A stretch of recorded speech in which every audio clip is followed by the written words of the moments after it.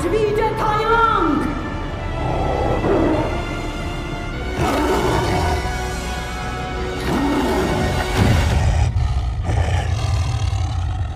Tai Langu, máš můj obdiv. Co si zač a proč tady mácháš tou holí? Věnoval mi ji jeden tvůj starý známý. Pupkatý panda? Ha, po je možná idiot, ale Ugvejovu hůl by dobrovolně nedal někomu jako ty. Taky jsem neřekla dobrovolně.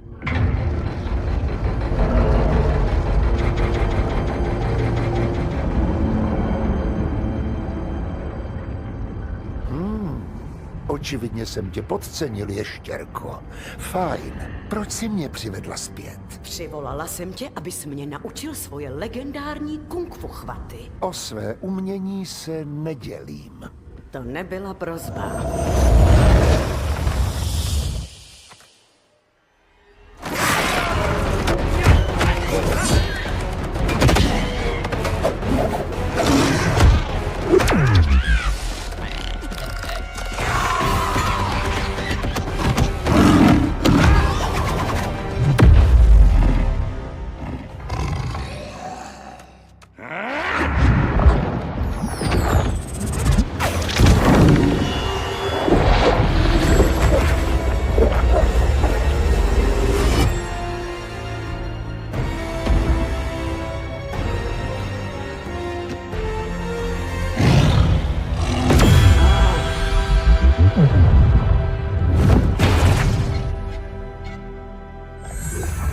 Ano, mám je.